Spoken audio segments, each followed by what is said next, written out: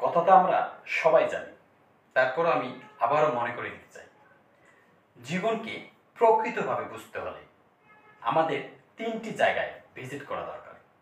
Number 1 হচ্ছে হাসপাতাল। হাসপাতালে ভিজিট করলে আপনি বুঝতে পারবেন যে স্বাস্থ্য যে কত বড় একটা মূল্যবান জিনিস, যা জীবনে আর কিছু হতে পারে না। নাম্বার 2 হচ্ছে জেলখানা। জেলখানায় ভিজিট করলে আপনি বুঝতে পারবেন স্বাধীনতা আমাদের জীবনে কত বড় মূল্যবান জিনিস। নাম্বার 3 হচ্ছে কবরস্থান। কবরস্থানে ভিজিট করলে আপনি বুঝতে পারবেন আমাদের জীবনটা কতটা ক্ষণস্থায়ী। আর এই যে আমরা মাটির উপরে আজকে হেঁটে বেড়াচ্ছি, আগামীকাল সেই মাটি হবে আমাদের ছাদ।